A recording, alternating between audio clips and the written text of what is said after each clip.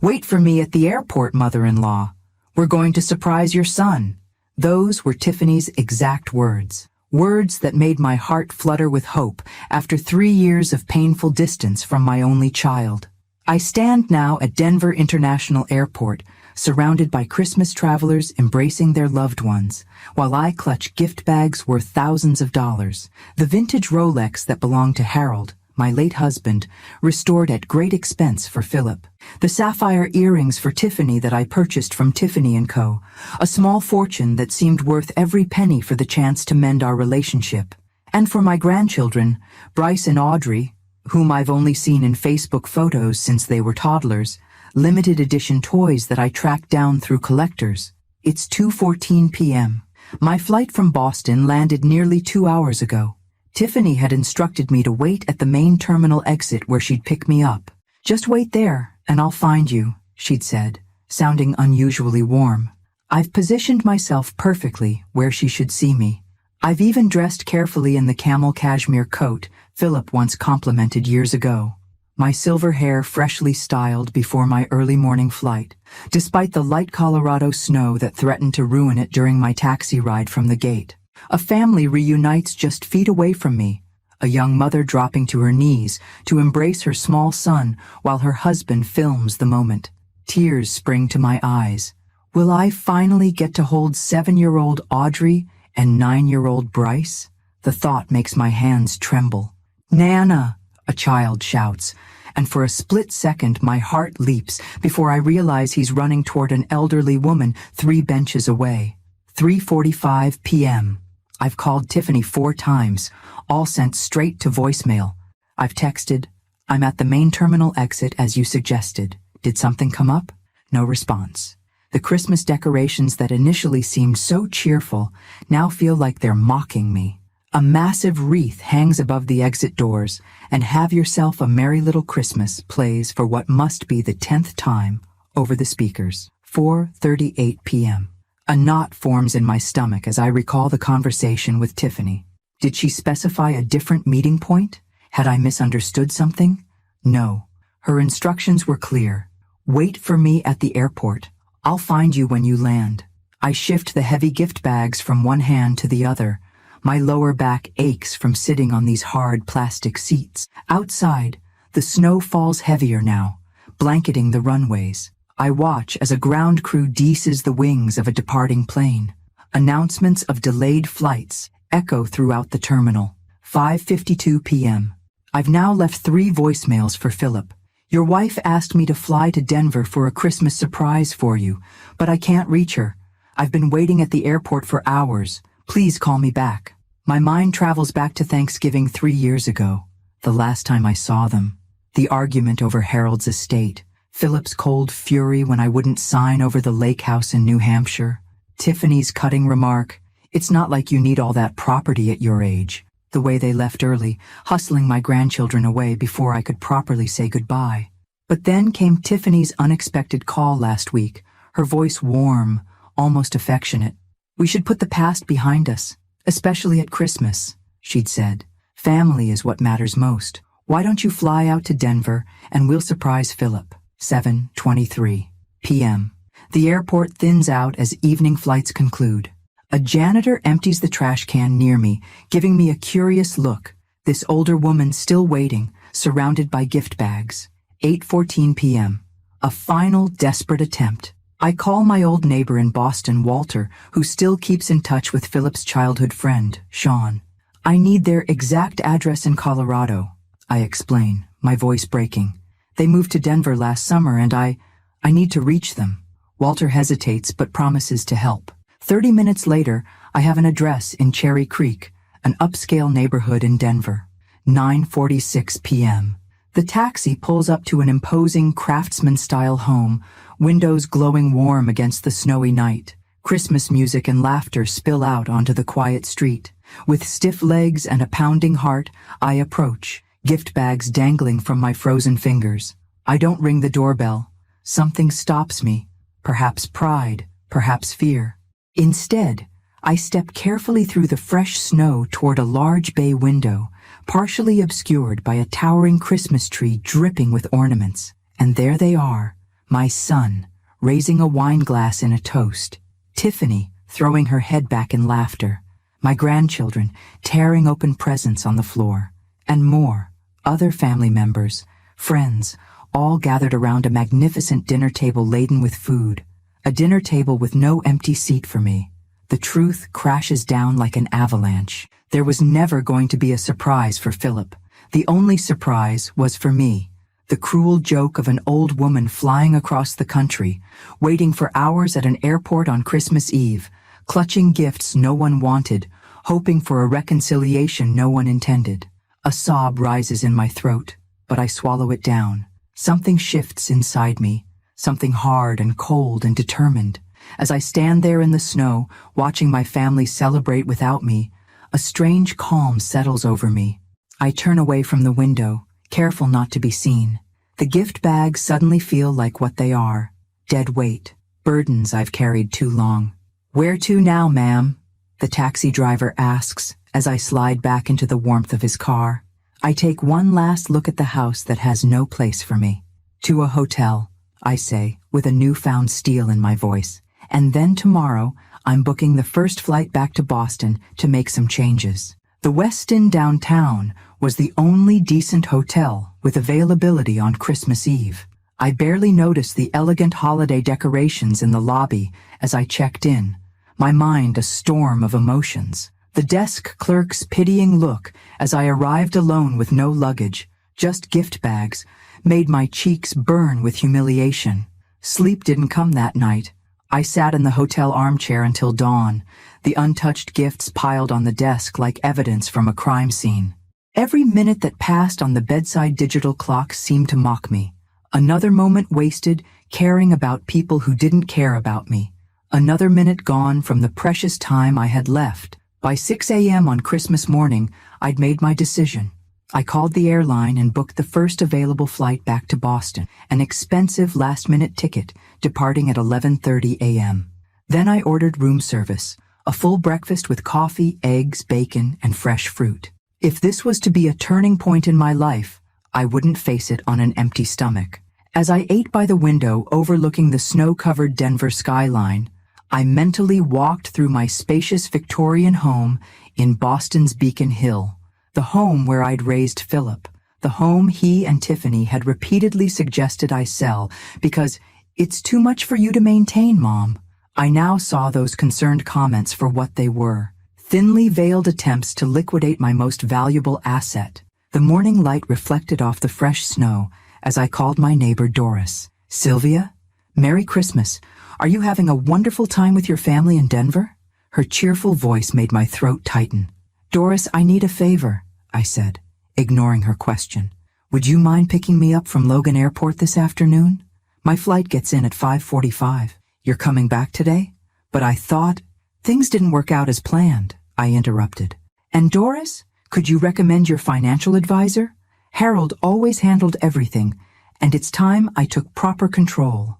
In the taxi to the airport, I left the gift bags on the back seat. "For your children," I told the surprised driver. No point in carrying dead weight any longer. The flight home was a blur. I kept my sunglasses on, staring out the window as America passed beneath me. I thought about all the Christmases I'd spent ensuring Philip's happiness, the carefully chosen gifts, the home-cooked meals, the traditions I'd created for our small family after Harold's unexpected death when Philip was just 16. I thought about how I'd supported Philip and Tiffany when they first married, the down payment for their first home, the interest-free loan for Philip's business venture, the countless hours of free babysitting when the children were small. And this was my repayment? To be deliberately humiliated? To be abandoned at an airport after flying across the country at their invitation? By the time the plane touched down in Boston, something had hardened inside me. The hurt was still there, but now it was encased in resolve. Doris was waiting as promised, her kind face concerned as I emerged from the terminal empty-handed. "Sylvia, what happened? Where are your things?" "I'll tell you on the drive home," I said. "But first, I need to know if your financial advisor would see me tomorrow. It's urgent." "On December 26th? I doubt it, but—" "I'll pay triple his usual rate," I interrupted, surprised by my own boldness. Doris raised her eyebrows but nodded. I'll call him when we get to your house. Back in my own home, I moved with purpose. I went straight to Harold's study, untouched since his passing 5 years ago. The leather-bound ledgers of our property investments lined the shelves, the small empire we'd built together, buying distressed properties during market downturns, renovating them with our own hands in the early years, and eventually managing a modest but profitable portfolio that had put Philip through the finest schools and universities. I unlocked Harold's desk drawer and pulled out the folder containing my will and financial documents. Everything was left to Philip. Everything. Even after the lake house argument, even after the years of growing distance, I had never changed it. Such was a mother's blind hope. I spent the next few hours going through every file, every account statement, every property deed. Harold had taught me the business in our early years together, before I stepped back to raise Philip. The knowledge was rusty, but still there. I discovered that Philip had convinced me to add him as a signatory to 2 of my accounts for emergency purposes last year. I found earnest letters from developers interested in the New Hampshire lake property, letters addressed to me that I'd never seen, now stuffed in a folder marked Mom Declined Offers. But the most revealing discovery came when I checked my emails. There, buried in my rarely used account, was a message from Tiffany to Philip that she'd accidentally copied me on 3 months ago. Your mom's financial advisor called again. We need to schedule that meeting before the end of the year if we want to start the transfer process for the lake house. She's becoming forgetful anyway. Did you notice she called Bryce by your name twice last time we visited? Might be time to discuss power of attorney options. I'd never seen this email. I rarely checked this account, and I'd called my grandson by my son's name because they shared the same cowlick in their hair, the same dimple when they smiled, not because I was forgetful. The pieces clicked together with cold clarity. The years of subtle suggestions about selling my home, the concerns about my ability to live independently, the questions about my will, all leading to yesterday's cruel airport abandonment. Perhaps a test to see if I was confused enough to wait for hours for a pickup that would never come? Doris called at 7 p.m. My advisor, James Kiernan, will see you tomorrow at 10 a.m.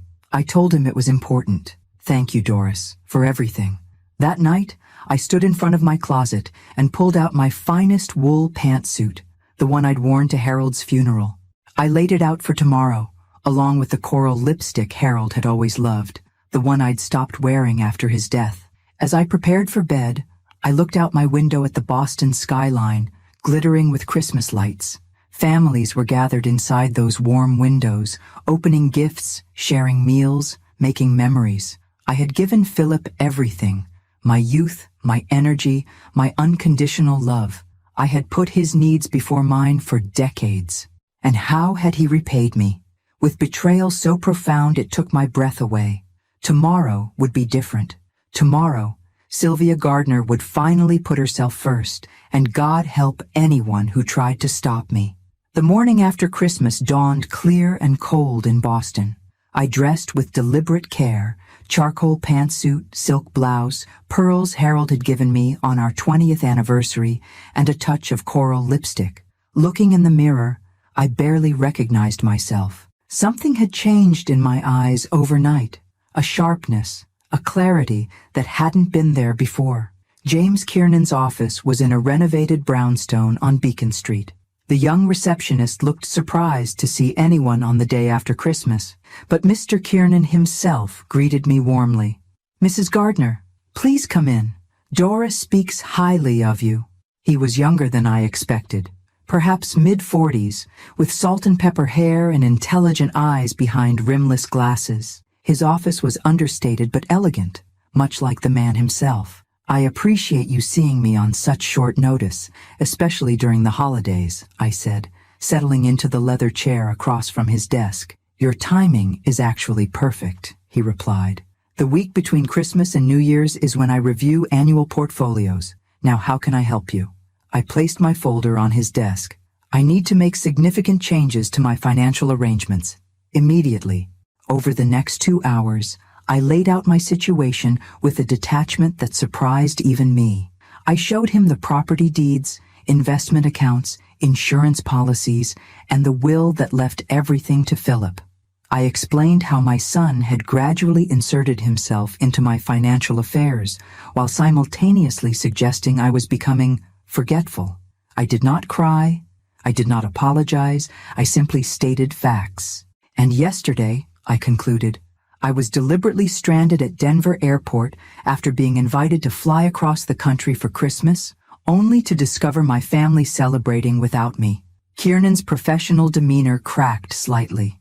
Mrs. Gardner, I'm sorry for what you've experienced. Financially speaking, your situation is concerning. Adding your son as a signatory to these accounts has created vulnerability. Can it be undone? Absolutely. And more importantly, we need to create a comprehensive strategy to protect your assets. He leaned forward. If I may ask, what are your goals now? The question caught me off guard.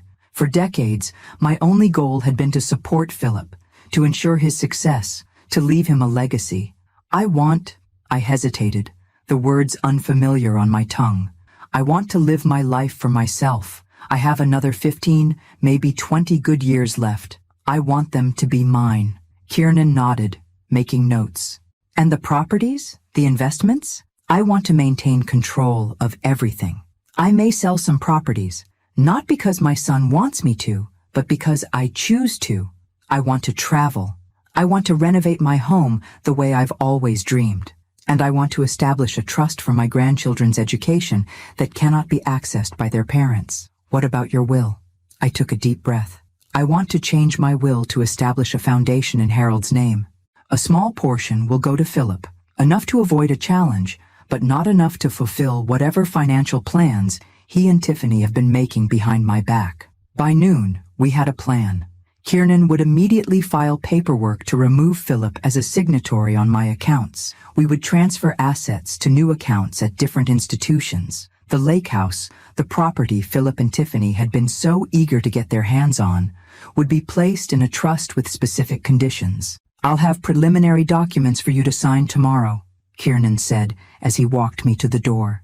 And Mrs. Gardner, what you're doing takes courage. Courage. The word echoed in my mind as I walked through Boston's snow-dusted streets. Had I been a coward all these years? Had my devotion to my son blinded me to his manipulation? My phone rang. Philip's number. My heart lurched traitorously. I let it go to voicemail. Instead of returning home, I found myself walking toward Newbury Street. The post-Christmas sales were in full swing. Without quite planning it, I entered an upscale salon I'd passed countless times, but never entered. Do you have any openings today? I asked the receptionist, touching my sensible silver bob. 3 hours later, I emerged with a stylish, sophisticated cut that took years off my appearance. The silver was still there. I had no interest in hiding my age, but now it looked intentional, elegant rather than matronly. Next, I visited a boutique where a patient saleswoman helped me select several outfits that fit my newly awakened sense of self, clothing for the woman I was becoming, not the woman I'd allowed myself to fade into. My phone rang again as I was paying. Tiffany, this time. The audacity took my breath away. I declined the call. By the time I returned home, there were 6 missed calls, 3 from Philip, 3 from Tiffany, and several text messages. Mom, where are you? We're concerned. Sylvia, please call us. We're worried about you. Did you fly to Denver yesterday? There must have been a miscommunication. A miscommunication. As if I had somehow misheard Tiffany's explicit invitation to wait at the airport, as if I had hallucinated the entire exchange.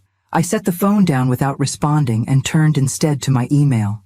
There was a message from James Kiernan with attachments. He'd already drafted the paperwork to remove Philip from my accounts.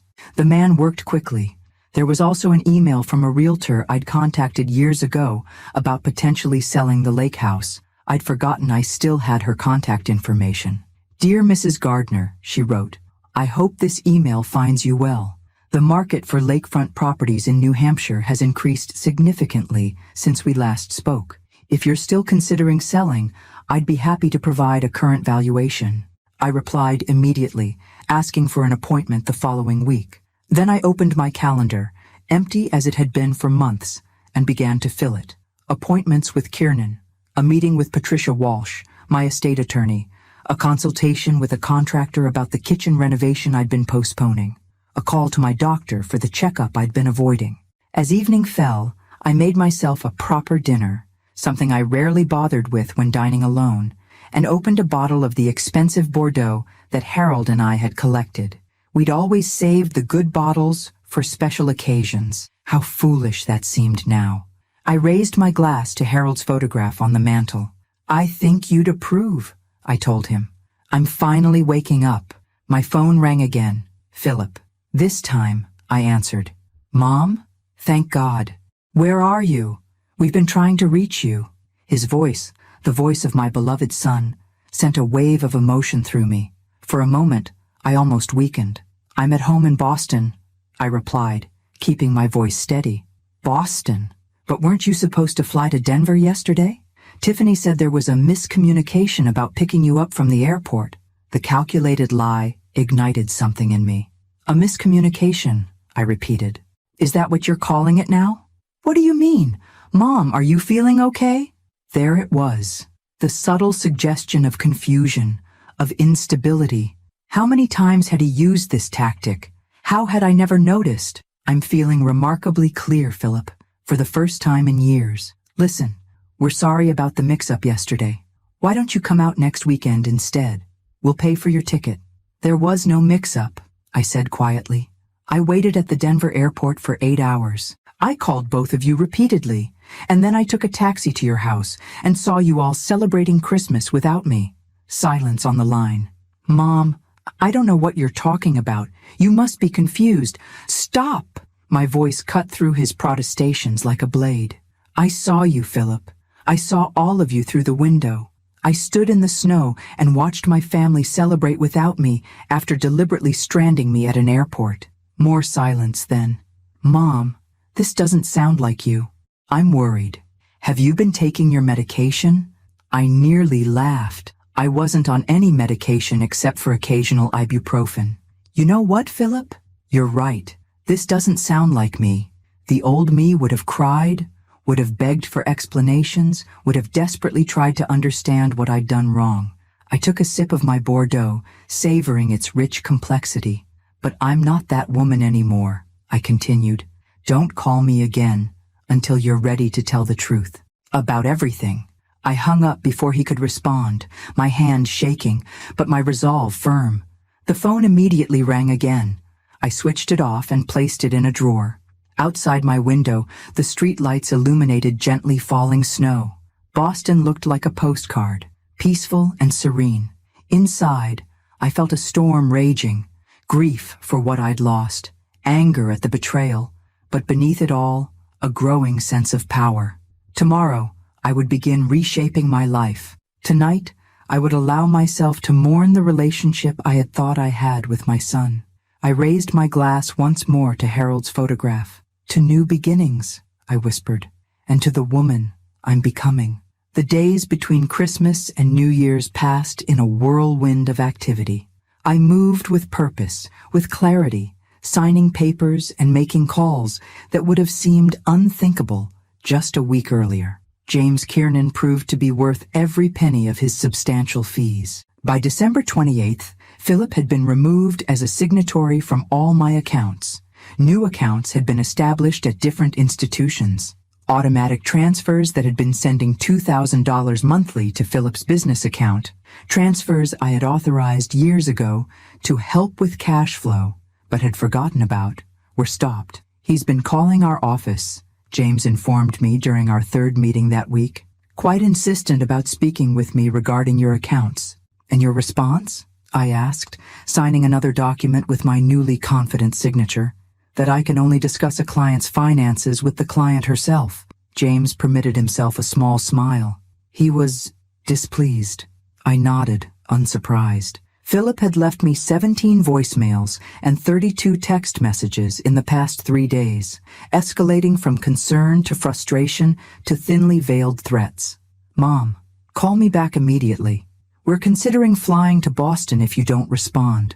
This behavior is exactly why we've been worried about your decision-making. The last message had come this morning. We're meeting with our attorney today to discuss options for your care. This isn't right, Mom. Their attorney.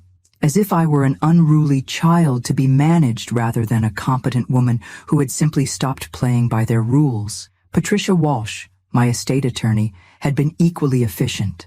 The revised will was already in draft form, drastically reducing Philip's inheritance and establishing the Harold Gardner Foundation for Women's Financial Independence, a cause that had grown increasingly meaningful to me. "What about your grandchildren?" Patricia had asked during our meeting yesterday. "Educational trusts," I replied without hesitation, "accessible when they turn 18, provided they maintain a B average or better." And Patricia? "Make absolutely certain these trusts cannot be accessed by their parents under any circumstances." Today was December 30th, and I had an appointment that filled me with both anxiety and excitement. Christine Barnett, the realtor handling the potential sale of the lake house. We met at a cafe near my home, Christine arriving with a portfolio of comparable properties and recent sales figures. "Mrs. Gardner, I can't tell you how thrilled I am that you're considering selling. This property would generate significant interest, especially with the current demand for lakefront homes that can serve as both vacation properties and remote work locations." I sipped my cappuccino. Another small change, upgrading from my usual plain coffee. "What's your estimate?" Christine named a figure that made me blink. "That's considerably more than I expected. The market has changed dramatically since you last considered selling. Your property has 200 feet of lake frontage, the historic boathouse, and that magnificent great room with the stone fireplace. We'd list in early spring to capture buyers wanting to close before summer." As she spoke, memories flooded back. Harold teaching Philip to fish off the dock, 4th of July sparklers reflected in the still water, the sound of loons at dusk. The lake house had been our family sanctuary for decades, but it was also the property that had sparked the first major rift with Philip and Tiffany. They'd wanted me to sign it over to them 3 years ago, claiming they would maintain it for the family, while suggesting I was no longer able to handle the responsibility. "I'd like to schedule a walkthrough next week," I said decisively, "and I want to discuss staging options." After Christine left, I walked through Boston Common, watching families enjoying the snow, children sledding down the gentle slopes. A pang of longing for my grandchildren hit me unexpectedly.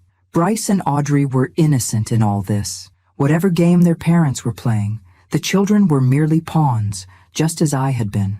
My phone vibrated with a text from an unfamiliar number. "Mrs. Gardner, this is Lawrence Shapiro, attorney representing your son, Philip, and his wife, Tiffany. Please contact me at your earliest convenience to discuss matters pertaining to your well-being." The sheer presumption took my breath away. I deleted the message without responding. Back home, I made another decision. I called Marjorie Winters, my closest friend from the years before I'd gradually isolated myself at Philip and Tiffany's subtle urging. "Sylvia Gardner, is that really you?" Marjorie's voice was exactly as I remembered. Warm, slightly raspy from years of laughter. "It's me, Marge. I know it's been too long. 3 years, 2 months, and approximately 17 days, she replied. "But who's counting?" I laughed, then sobered. "I owe you an apology for disappearing after Philip and that wife of his convinced you I was taking advantage of your generosity by accepting rides to my chemo treatments. Water under the bridge, darling." My throat tightened. I was a fool. You were a mother who couldn't bear to think her son might be manipulative. Different thing entirely. Marjorie paused. "So what's changed?" I told her everything. The airport, the Christmas celebration I'd witnessed through the window, the financial discoveries, my plan moving forward. Well, she said when I finished. Sylvia Gardner finally grew a spine. I always knew it was in there somewhere. "I need your advice, Marge. You went through something similar with your daughter-in-law years ago." "Indeed I did. And I'll tell you the same thing my therapist told me. You're not responsible for their choices, only for your response to them." Therapist, best decision I ever made. Dr. Eleanor Schaefer. She specializes in family estrangement and elder empowerment. I'll text you her number. When we hung up, I felt lighter than I had in days. I immediately called Dr. Schaefer's office and scheduled an appointment for the following week. That evening, I did something I'd been putting off. I went through my photo albums, images of Philip as a baby, a toddler, a gap-toothed elementary schooler, a sullen teenager, a proud college graduate, photos of family Christmases, birthdays, vacations. The day he married Tiffany, how handsome he'd looked, how I'd cried with happiness, and then gradually, fewer photos. Holidays where they were too busy to visit, birthdays celebrated via brief phone calls, the grandchildren I barely knew. I selected one photo, Philip at age 7, sitting on Harold's shoulders at the lake house, both of them beaming with identical smiles, and placed it on my bedside table. The rest I packed away in a box that I carried to the attic. My phone rang just as I descended the attic stairs. Tiffany's number. I hesitated, then answered. Sylvia? Thank God. We've been so worried. Her voice sounded strained, lacking its usual confident edge. Have you? I kept my tone neutral. Of course. When you didn't respond to our calls, and then we found out you've been making all these financial changes. Philip is beside himself. I sat down on the top step, suddenly tired. What do you want, Tiffany? We want to help you, she said, her voice taking on that patient tone one might use with a confused child. We know you've been through a shock, and sometimes that can lead to impulsive decisions. A shock, I repeated. You mean like being told to wait at an airport for hours for a pickup that was never intended to come? A pause. Sylvia, I think there's been a terrible misunderstanding. Stop. I cut her off firmly. I was there, Tiffany. I saw you all through the window celebrating without me, after you specifically invited me to Denver. Another pause. Longer this time. When she spoke again, her voice had changed, hardened. Philip said you'd become paranoid, but I had no idea how bad it had gotten. The calculated cruelty of their strategy suddenly became crystal clear. They were attempting to gaslight me, to make me doubt my own experience, my own sanity. If they could establish that I was confused or paranoid, they could potentially challenge any financial changes I'd made. I recorded our phone conversation, Tiffany. I lied smoothly. The one where you invited me to Denver. I've shared it with my attorney. Silence. Now, if there's nothing else, I have plans this evening. This isn't over, Sylvia, she said, her saccharine concern evaporating entirely. Philip is devastated by your behavior. We're exploring all options. As am I replied calmly. Goodbye, Tiffany. I hung up, my heart pounding, but my resolve stronger than ever. I hadn't actually recorded our conversation, but her reaction told me everything I needed to know. She hadn't even attempted to deny it once she thought evidence existed. I descended the remaining stairs slowly, feeling the weight of decades of manipulation falling away with each step. In my bedroom, I caught sight of myself in the full-length mirror, the stylish new haircut, the posture that had straightened from defeated slump to dignified strength, the clear eyes that no longer avoided their own reflection. Happy New Year, Sylvia, I whispered to myself. This one belongs to you. New Year's Eve arrived with a fresh snowfall that blanketed Boston in pristine white. I spent the morning with James Kiernan, finalizing the last of my financial restructuring. The clarity of seeing my assets properly organized, spreadsheets detailing properties, investments, accounts, gave me a sense of control I hadn't felt in years. Everything's in order now, James said, handing me a leather portfolio containing copies of all documents. You're fully protected. Thank you, I replied, then hesitated. What happens when they realize what I've done? James's expression turned serious. They'll be angry.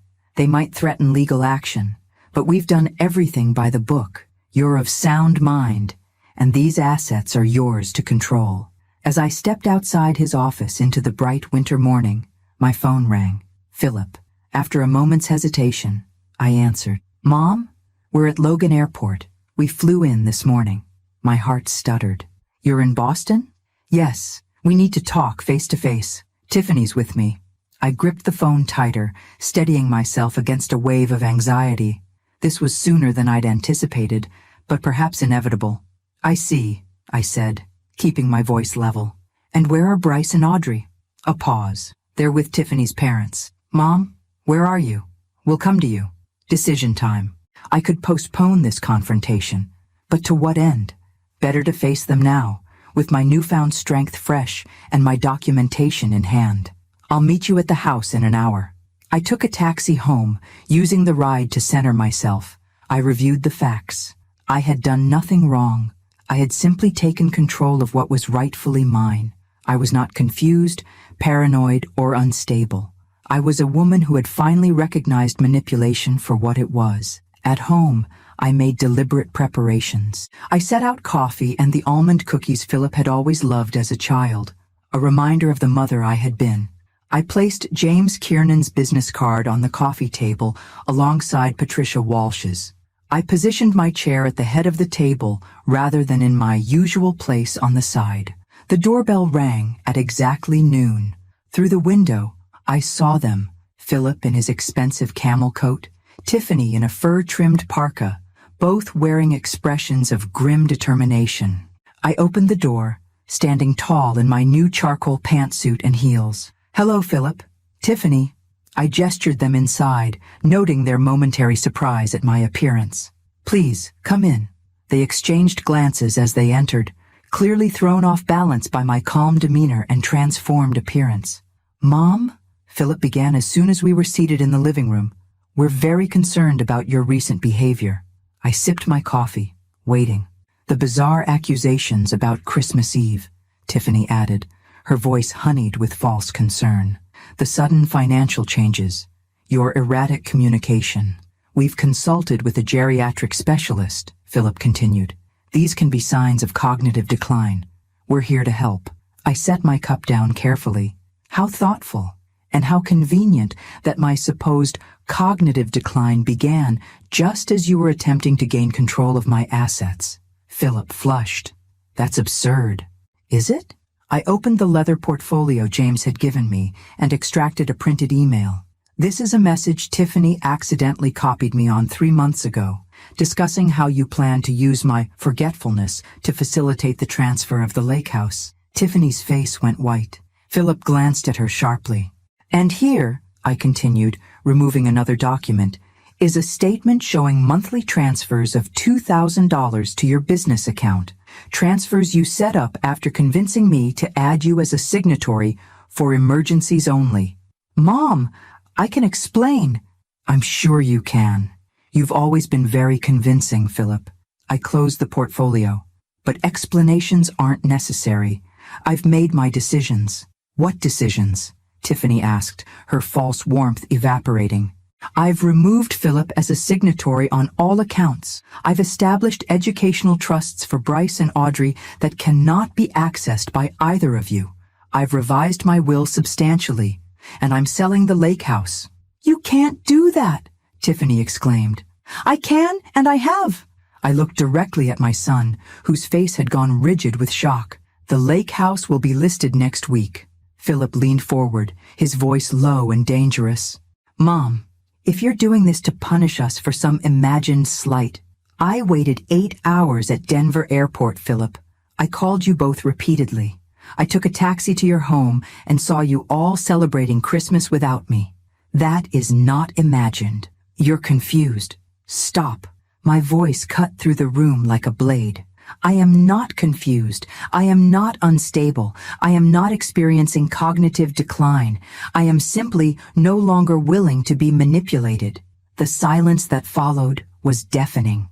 Tiffany recovered first. We'll challenge this legally. You're clearly not in your right mind. I smiled thinly. My physicians, financial advisor, and attorney would disagree, but you're welcome to try. Philip stood abruptly. This isn't you, Mom. This isn't the mother I know. You're right, I said softly. The mother you knew would have continued to make excuses for your behavior, would have blamed herself, would have begged for crumbs of your attention. She's gone. As they left, slamming the door behind them, I remained seated, my hands steady, my breathing calm. The confrontation I had dreaded was over, and I had emerged not broken, but stronger. January in Boston brought bitter cold and early darkness, but inside my home, I felt a growing warmth. Each day brought new discoveries, not just about my finances, but about myself. Dr. Eleanor Schaefer's office was nothing like I'd imagined. Instead of the clinical setting I'd expected, her practice occupied a converted Victorian townhouse with comfortable chairs, warm lighting, and walls lined with books. "Mrs. Gardner," she greeted me, a woman perhaps my age with silver-streaked dark hair and kind eyes behind stylish glasses. "Or may I call you Sylvia?" "Sylvia, please. Marjorie speaks highly of you. She says you're reclaiming your life." I smiled, feeling an unexpected surge of emotion. "I'm trying. Some days are harder than others." Over the next hour, I shared my story. The years of subtle manipulation, the Christmas Eve humiliation, the confrontation with Philip and Tiffany. Dr. Schaefer listened attentively, occasionally asking questions that cut straight to the heart of matters I hadn't fully examined. "What do you want now, Sylvia?" she asked as our session neared its end. "Not what you don't want, what you do want." I considered the question carefully. "I want to live authentically. I want to stop feeling guilty for taking up space in the world. I want to find purpose beyond being Philip's mother." "Good," she nodded. "Now, what about your grandchildren?" The question caught me off guard. "Bryce and Audrey? They're innocent in all this. I've set up educational trusts for them. But do you want a relationship with them?" "Of course, but Philip and Tiffany control access. After our confrontation, I doubt they'll allow me to see the children." Dr. Schaefer leaned forward. "That's a practical obstacle, yes. But first, I want to explore whether maintaining that connection is important to you, regardless of how difficult it might be." By the time I left her office, I had homework: to write a letter to each of my grandchildren. Not to send, just to clarify my own feelings and intentions toward them. The following day brought a different kind of revelation. Christine Barnett, the realtor, had conducted a thorough inspection of the lake house and discovered something disturbing. "Mrs. Gardner," she said over the phone, her voice concerned, "were you aware that someone has been using your property? There are signs of recent occupancy, food in the refrigerator, personal items in the closets." My grip on the phone tightened. "That's impossible. The house has been closed for winter. No one has permission to be there." "Well, someone certainly has been there, quite regularly from the looks of it." I took photos. Within minutes, the images appeared in my email. Beer bottles on the counter, unfamiliar clothes in the master bedroom, a gaming console connected to the television, and most telling, a framed photo of Philip, Tiffany, and the children on the mantel. They had been using my house, the house they claimed I was unable to maintain, as their personal vacation property without my knowledge or permission. The discovery should have infuriated me, but instead, I felt an odd sense of relief. Here was tangible proof of their deception, not something they could dismiss as my confusion or paranoia. I forwarded the photos to James Kiernan and Patricia Walsh with a brief message. "For our records. Additional evidence of unauthorized use of my property." Then I called the locksmith recommended by Christine and arranged for all locks at the lake house to be changed immediately. That evening, Doris invited me to dinner with a small group of her friends, all women around my age, most widowed or divorced, all vibrant and engaged with life in ways I had forgotten were possible. "Sylvia, you must tell Elaine about your financial advisor," Doris urged as we enjoyed dessert. "She's been letting her son-in-law manage her investments, and it's a disaster." Elaine, a stylish woman in her 70s, sighed. "I'm afraid to look at the statements. Bernard, my son-in-law, keeps saying I wouldn't understand the sophisticated strategy he's employing." The familiar pattern sent a chill through me. "Elaine, would you like James Kiernan's number? He specializes in helping women take control of their finances." As we exchanged contact information, an idea began forming in my mind. How many other women my age were in similar situations? How many had surrendered their financial autonomy to adult children or in-laws who claimed greater expertise or understanding? Later that night, I began writing in a journal Dr. Schaefer had suggested I keep. I wrote about the lake house discovery, about Elaine's situation, about the growing clarity I felt despite the continuing pain of Philip's betrayal. On the final page, I sketched out the beginning of a plan for the Harold Gardner Foundation, not just a recipient of my estate, but an active organization dedicated to helping older women achieve financial independence and literacy. My phone chimed with a text message just as I was closing the journal. From Philip. Changed the locks at the lake house? Really, Mom? This has gone far enough. I responded simply, "We'll discuss unauthorized use of my property through our respective attorneys." Then I turned off my phone, wrapped myself in the cashmere throw I'd purchased as a gift to myself, and watched the snow fall gently outside my window. For the first time in decades, I was living life on my own terms. The path ahead wouldn't be easy. Philip's text confirmed that he wasn't giving up, but I was no longer walking it in the dark. "I wish you could see me now, Harold," I whispered to the empty room. "I think you'd be proud." Mid-January brought a thaw, both in the weather and in my isolation. Marjorie had reintroduced me to our old social circle, women who welcomed me back with a warmth that made me realize how much I'd missed genuine friendship. "Sylvia, you remember Catherine Bradley?" Marjorie said during our lunch at a charming bistro near the public garden. "She's running that financial literacy program for women I told you about." Catherine, elegant in her 60s with a crown of white curls, reached across the table to clasp my hand. "Marjorie mentioned you're establishing a foundation. I'd love to hear more." As I described my vision for the Harold Gardner Foundation, Catherine nodded with increasing enthusiasm. "This aligns perfectly with our work," she said. "We focus on women over 50 who suddenly find themselves managing finances after divorce or widowhood, but we've noticed a disturbing pattern of adult children undermining their mother's financial confidence." "Exactly what happened to me," I acknowledged. "I knew better. Harold taught me everything about our business, but somehow I still surrendered control to my son."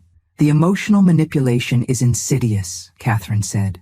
"Would you consider speaking at our next workshop? Your story could help others recognize the warning signs." The idea of sharing my experience publicly was terrifying and exhilarating. I'd be honored.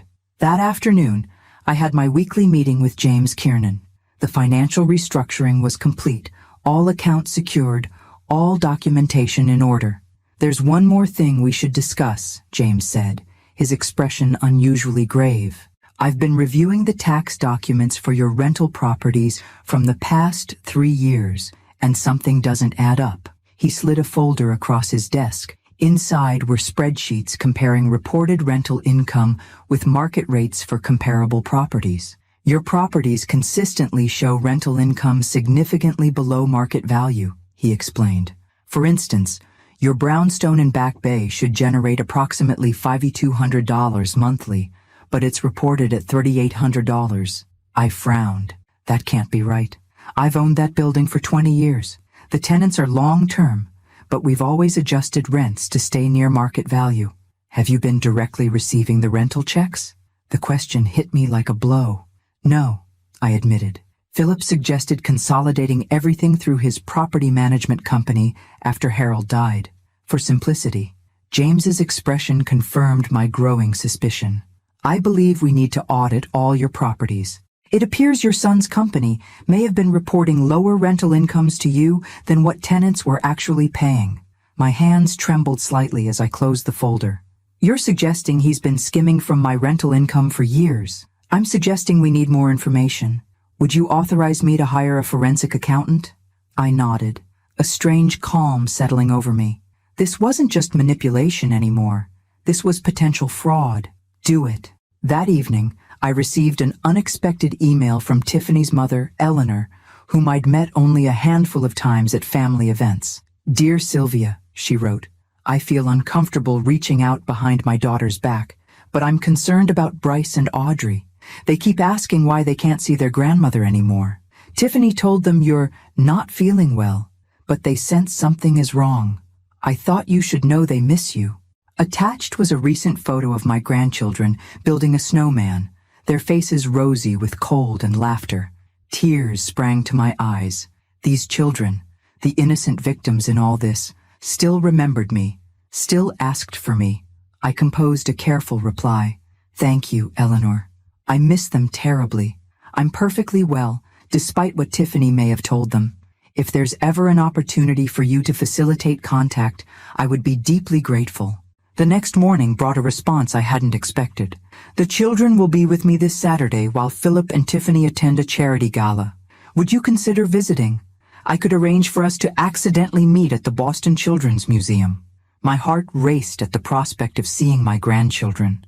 Was this a trap? Or was Eleanor genuinely concerned about the children's well-being? I called Dr. Schaefer for guidance. It's natural to be suspicious, she said after I explained the situation. Your trust has been deeply violated, but ask yourself, what's the worst that could happen? It could be a setup, I replied, a way to prove I'm interfering or unstable. And the best that could happen? I could see my grandchildren. They would know I haven't abandoned them. Dr. Schaefer was silent for a moment. Healing isn't just about protecting yourself from further harm, Sylvia. It's also about reclaiming what matters to you, on your terms. I made my decision. I would meet Eleanor and the children, but on my terms, with safeguards in place. I texted Marjorie. Would you accompany me to the Children's Museum on Saturday? I could use a witness. Then I replied to Eleanor. I would love to see the children. Shall we meet at the bubble exhibit at 2 p.m.? I'll have a friend with me. On Friday, the forensic accountant James had hired delivered his preliminary findings. They were worse than I'd imagined.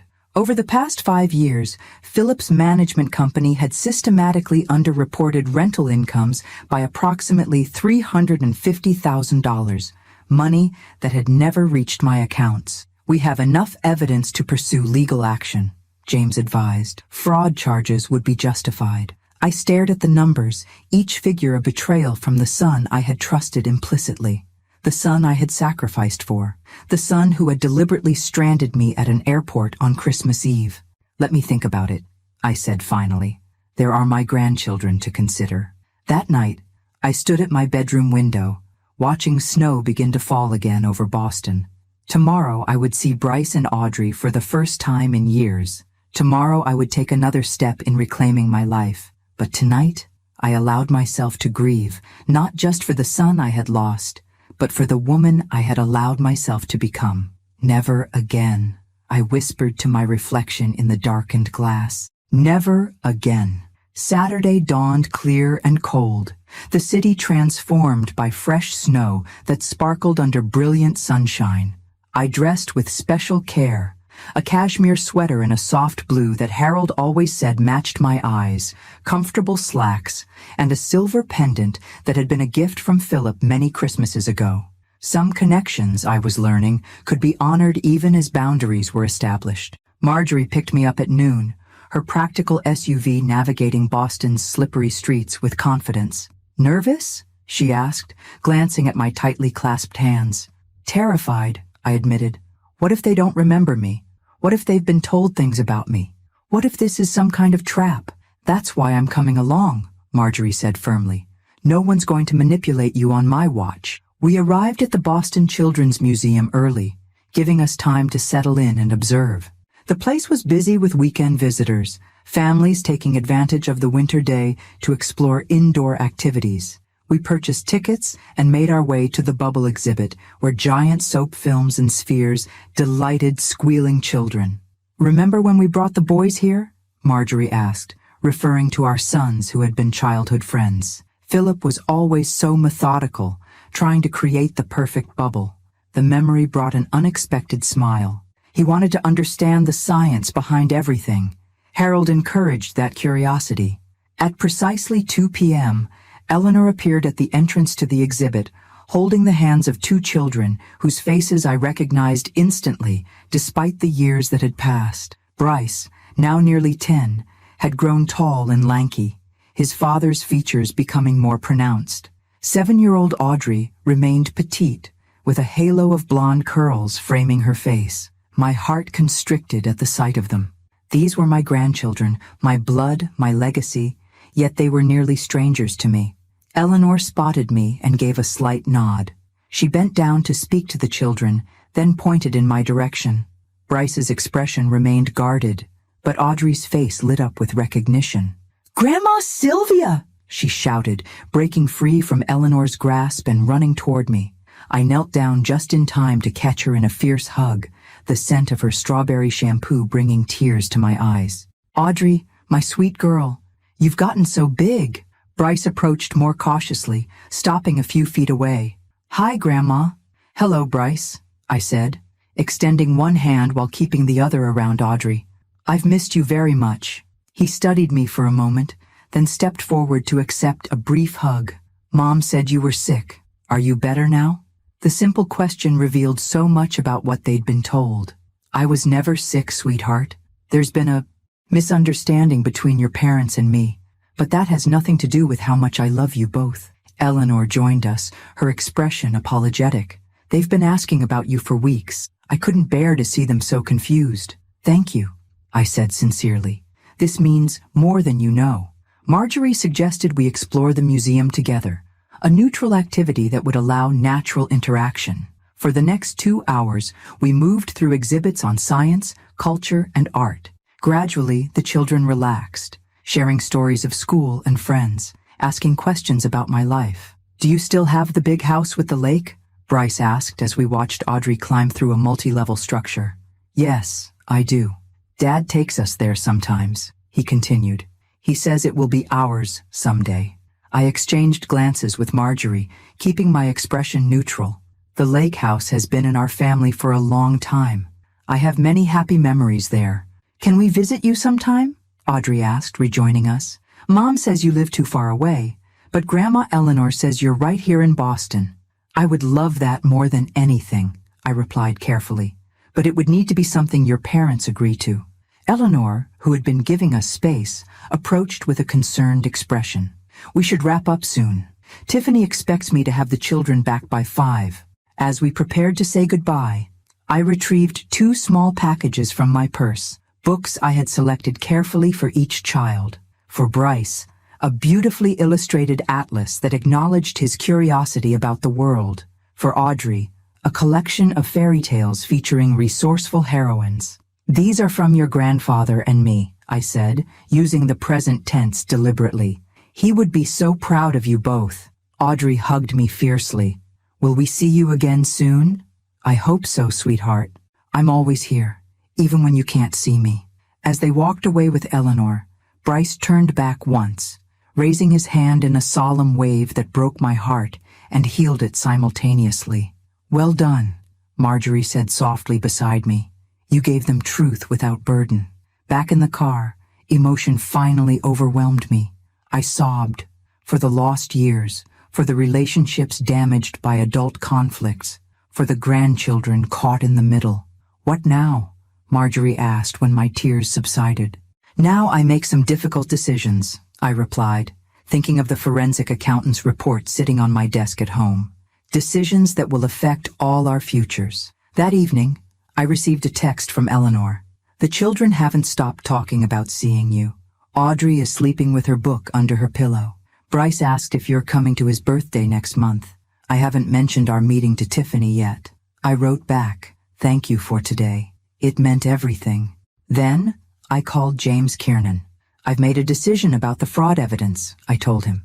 "I want to proceed, but with conditions. First, I want a formal letter sent to Philip detailing our findings and offering one chance to make restitution before legal action begins. Second, I want to ensure any proceedings remain private for now, for my grandchildren's sake." "I understand," James replied. "I'll draft the letter Monday morning." After we hung up, I sat in my study, surrounded by the evidence of my son's betrayal, and wrote in my journal, "Today, I held my grandchildren. Today I glimpsed a future where healing might be possible. Today I accepted that love and accountability can coexist. The path forward is neither forgiveness without consequence nor punishment without compassion. It is truth, clearly seen and firmly addressed. It is boundaries, lovingly established and consistently maintained. It is the wisdom to know that some bridges, once burned, can be rebuilt, but they will never be the same bridges they once were."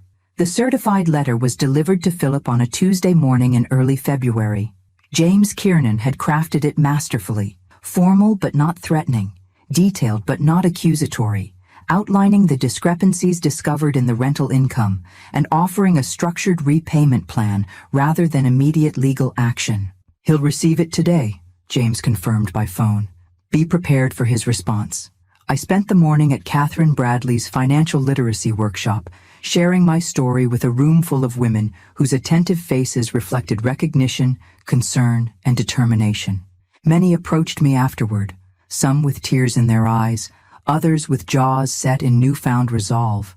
"You've just described my relationship with my daughter," one woman whispered. "I thought I was alone." "How did you find the courage?" asked another. I answered honestly, "When the pain of remaining the same became greater than the fear of change." By afternoon, I was emotionally drained, but filled with purpose. The Harold Gardner Foundation was taking shape in my mind, not just as a future legacy, but as an immediate mission. Catherine and I had scheduled a follow-up meeting to discuss collaboration between our organizations. I returned home to find Philip waiting on my doorstep. My heart hammered as I approached, keys in hand. He looked haggard, his normally immaculate appearance rumpled, dark circles beneath his eyes. "We need to talk," he said simply. I unlocked the door, maintaining the calm I'd practiced with Dr. Schaefer. "Come in." In the kitchen, neutral territory, not the formal living room where our last confrontation had occurred, I put on the kettle. Some habits of hospitality remained ingrained, despite everything. Philip placed the letter on the counter, its legal letterhead stark against the granite. "Is this how it ends between us? With lawyers and accusations?" I measured tea leaves carefully into the pot. "This isn't about endings, Philip. It's about truth." "Truth?" His laugh was hollow. "The truth is that I've been managing your properties for years, handling problems you never even had to think about. Yes, I took a management fee. It was deserved." I turned to face him, my voice steady. "A management fee would have been appropriate, if disclosed and agreed upon. What you did was systematically skim over $300,000 by reporting lower rents than tenants were actually paying." He flinched, the direct statement cutting through his justifications. "I needed the capital for investments.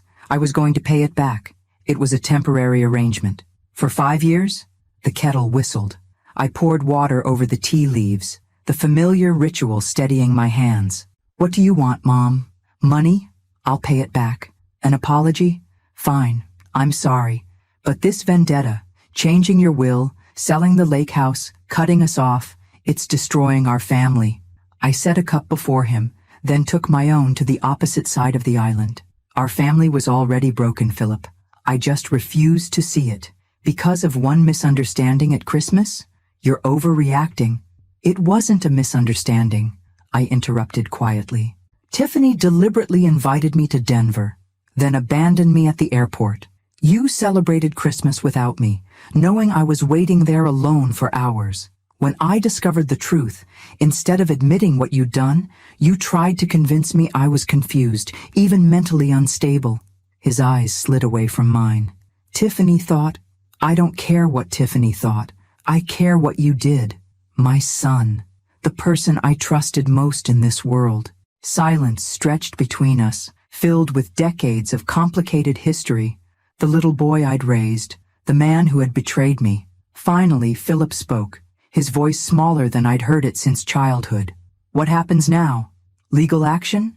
Public humiliation? That depends on you," I replied. "The letter outlines a repayment schedule for the misappropriated funds.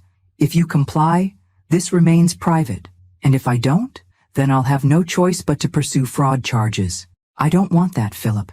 Not for my sake, and certainly not for Bryce and Audrey's. At the mention of his children, something shifted in his expression. "You saw them? Last weekend. They're beautiful, intelligent, wonderful children who deserve to know their grandmother." He stared into his untouched tea. "Tiffany won't like it. This isn't about what Tiffany likes. This is about what's right." Another long silence. Then, unexpectedly, Philip's shoulders began to shake. To my astonishment, my 43-year-old son was crying. Not the manipulative tears I'd grown wary of, but deep, genuine sobs that seemed to emerge from some long-buried place. "I don't know how it got this far," he managed between breaths. After Dad died, everything changed. The pressure to succeed, to provide like he did. Tiffany always wanted more. Bigger house, private schools, vacations, status. I kept thinking if I just had enough capital, I could make investments that would solve everything.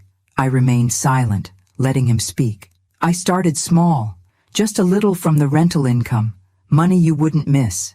Then it became easier, necessary, justified. He looked up, his face ravaged with shame. The Christmas thing was Tiffany's idea.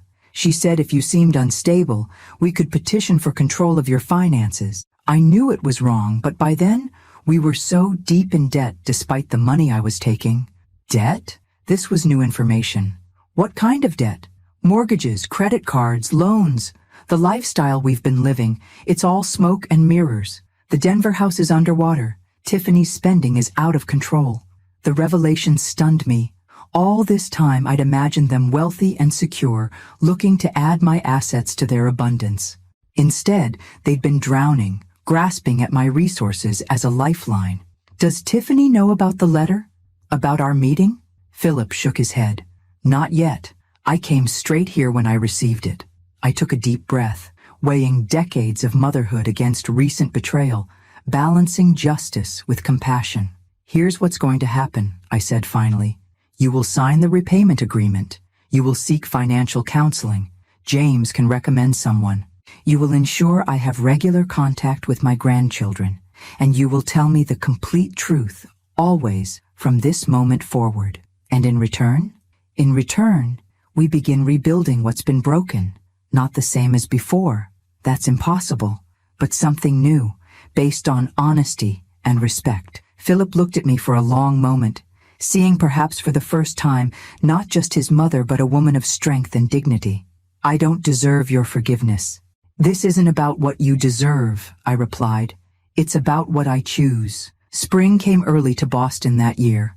By mid-March, crocuses had pushed through the last patches of snow in my garden, their purple and yellow blossoms defiantly cheerful against the melting white backdrop.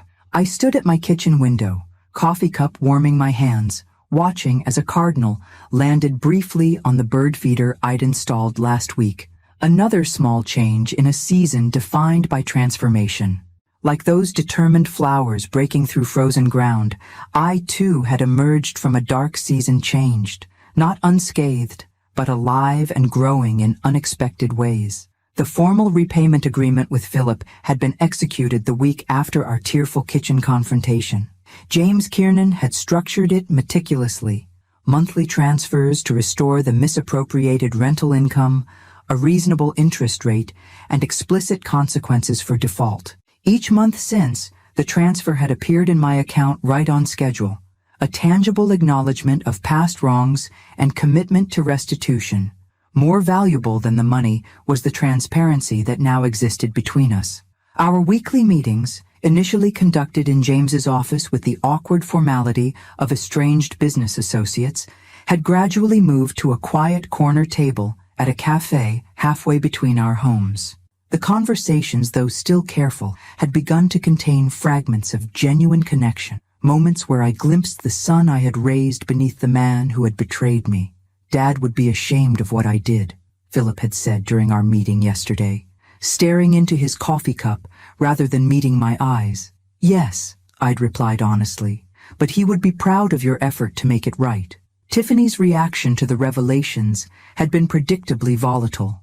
According to Philip, she had cycled through rage, denial, and threats of divorce when confronted with the evidence of their deception.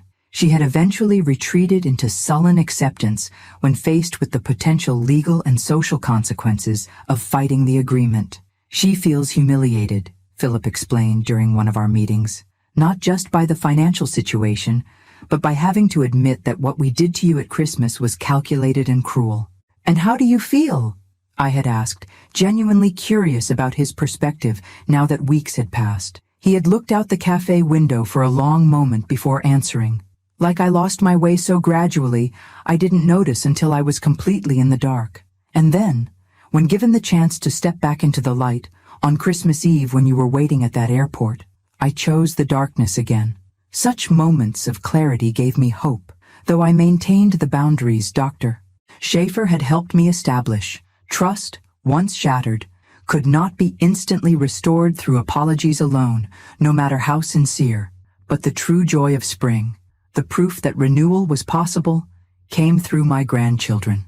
What began as those accidental meetings orchestrated by Eleanor had evolved into regular Sunday afternoon visits, reluctantly sanctioned by their parents. Today would mark our 6th consecutive weekend together, a pattern that had quickly become the highlight of my week. I heard the car in the driveway and moved to the front door, opening it just as Eleanor was helping the children from her sedan. "Grandma!" Audrey's voice rang clear in the spring air as she broke free from her grandmother's hand and raced up the walkway, her 7-year-old legs pumping with enthusiasm. She threw herself into my arms with complete trust, smelling of sunshine and strawberry shampoo. Bryce followed more sedately, approaching 10 and increasingly aware of his dignity.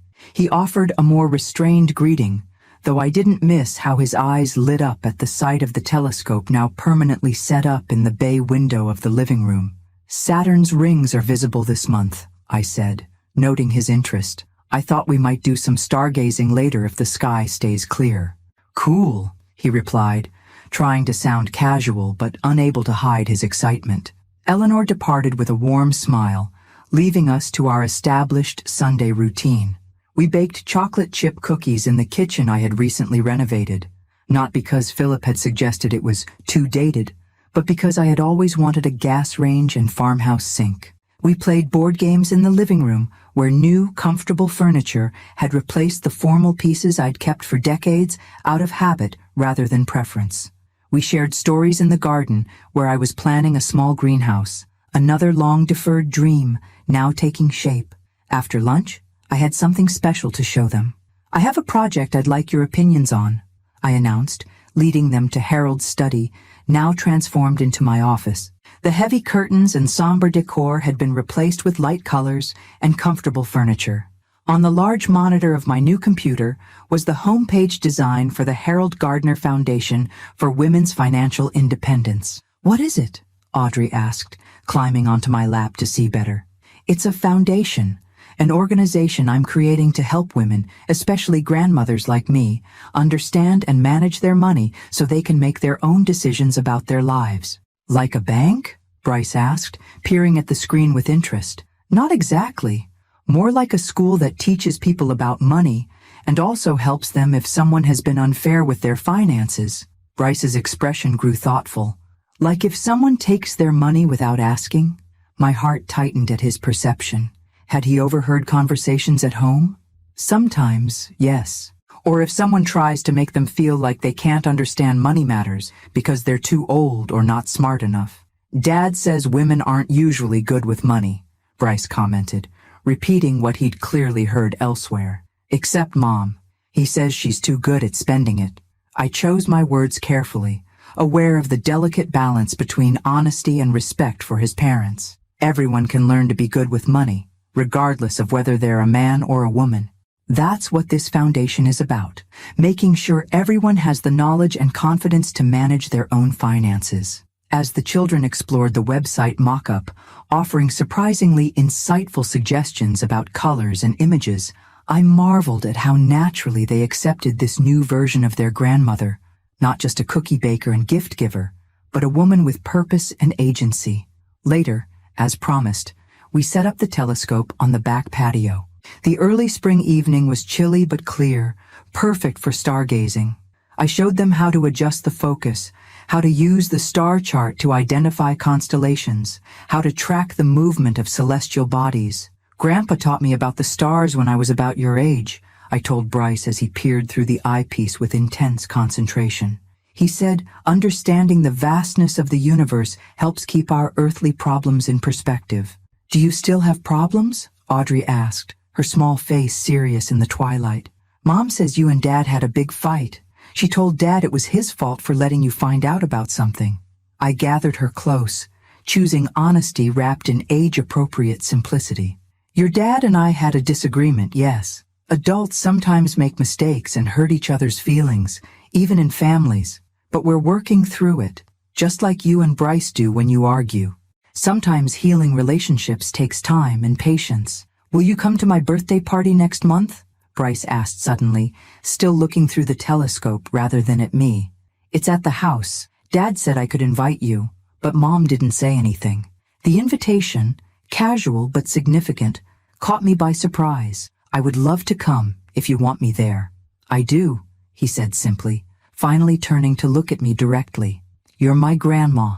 In those 3 words, you're my grandma, I heard the unconditional acceptance that only children can offer, untainted by adult complications. In Bryce's eyes, the situation was simple. Family belonged together, regardless of past hurts. After Eleanor picked up the children, I sat alone in my garden as dusk deepened into night, watching the stars emerge one by one in the darkening sky.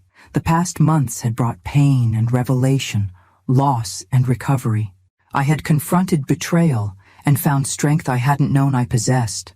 Tomorrow would bring new challenges, the official launch of the foundation, the ongoing negotiations with Philip and Tiffany about family boundaries, the continuing journey of self-rediscovery. But tonight, under the same stars that had witnessed generations of human struggle and resilience, I felt something that had been absent for too long. Peace. Not the fragile peace of denial or the false peace of martyrdom, but the earned peace of a woman who had faced her truth and chosen her path forward with clear eyes and an open heart. We're going to be okay, I whispered to the night sky, to Harold's memory, to myself, all of us, in our own way. We're going to be okay. Christmas Eve, 1 year later. Snow fell in gentle, hypnotic swirls outside my bedroom window as I fastened the pearl earrings Harold had given me on our 25th anniversary. In the mirror, a woman I was still getting to know stared back at me, silver hair styled in an elegant bob, confident posture, eyes clear and direct where they had once been avoidant. The coral lipstick I'd reintroduced to my life added a touch of warmth to my complexion, a small but significant reclamation of the woman I had been before grief and manipulation had dimmed my spirit. Downstairs, my home awaited the evening's gathering, transformed, like its owner, into something both familiar and new. The formal furniture that had occupied the living room for decades, chosen more for appearance than comfort, had been replaced with elegant but inviting pieces. The dark wallpaper in the dining room had given way to warm, golden paint. Harold's study had become my office, though his photograph still held a place of honor on my desk, his kind eyes seeming to approve of the changes. The dining table was set with my grandmother's china, polished silver, and crystal glasses that caught the light from the newly installed chandelier.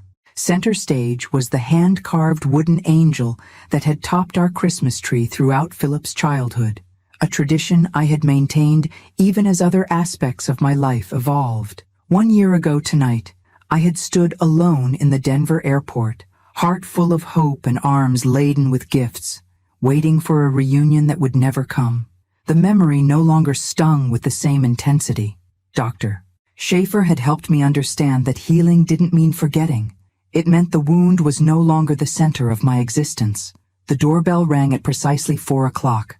I took a deep breath, straightened my festive red cashmere sweater, and moved to answer it, my heels clicking confidently on the hardwood floors I'd had refinished in the spring. Philip stood on the doorstep, snowflakes melting in his hair, Audrey and Bryce flanking him with excitement barely contained in their small bodies. Behind them, Tiffany waited, elegant in a camel coat, her expression carefully composed, but not hostile. "Merry Christmas, Mom," Philip said, leaning in to kiss my cheek, a gesture that had become easier over months of gradual reconnection. "Grandma!" Audrey launched herself at me with her characteristic enthusiasm, wrapping her arms around my waist. "We brought presents, and Dad says we can stay overnight and have breakfast with you tomorrow morning." Bryce, now 10 and increasingly aware of his dignity, offered a more restrained but equally warm hug. "I brought my new astronomy book to show you," he said, "and the telescope app I told you about." "Welcome, all of you," I said, stepping back to invite them in, making sure to include Tiffany in my smile. "I've been looking forward to this all week. The invitation had been Philip's idea, extended during one of our weekly coffees that had evolved from tense negotiations to something approaching companionship. "We'd like to spend Christmas Eve with you in Boston," he'd said, a hint of the boyish uncertainty I remembered from his youth crossing his face. "All of us, if you're willing." Tiffany had later added her own carefully worded note. "The children would love to experience Christmas in your home. We all would, if the offer of reconciliation is still open." It had taken effort on both our parts to reach this moment, a Christmas gathering that would have seemed impossible a year ago. Our relationship remained the most strained, built more on mutual respect for boundaries than genuine warmth. But for the sake of the children, and for Philip, who was genuinely trying to repair what had been broken, we maintained a civil detente that had gradually softened around the edges. As they moved through the foyer, exclaiming over the decorations, I caught Tiffany studying the framed photographs on my mantel, images documenting our journey over the past year. The children at the Boston Children's Museum, Bryce at his astronomy camp, Audrey winning a storytelling competition, and, prominently displayed, a recent photo of me receiving an award for the Harold Gardner Foundation's work. "Your foundation is doing remarkable work," she said, surprising me with what sounded like genuine admiration. "Philip showed me the feature in Boston Magazine." "Thank you," I replied, accepting this unexpected olive branch. "It's become more than I ever imagined." Indeed, the Harold Gardner Foundation for Women's Financial Independence had exceeded all expectations, growing from a personal mission into a respected organization with offices in 3 cities. We had provided financial literacy workshops to over 2,000 women in the first year alone. Catherine Bradley and I had been featured in several national publications, and we'd recently secured a significant grant to expand our services to rural communities. "Can we make the special cookies now?" Audrey interrupted, tugging at my hand. "The ones with the stars on top that you showed us last time?" The evening unfolded with surprising ease, not without moments of careful navigation around sensitive topics, but with genuine warmth that gradually relaxed even Tiffany's guarded demeanor. We prepared dinner together, the kitchen filled with the kind of casual conversation that ordinary families take for granted.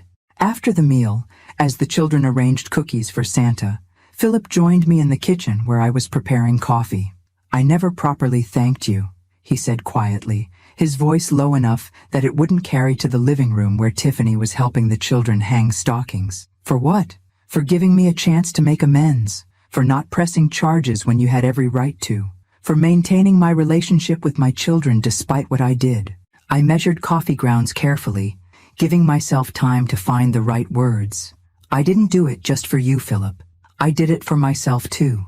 Bitterness and revenge would have poisoned whatever years I have left. Still," he persisted, "many people would have chosen differently." "I'm not many people," I replied, with a small smile. "I'm your mother.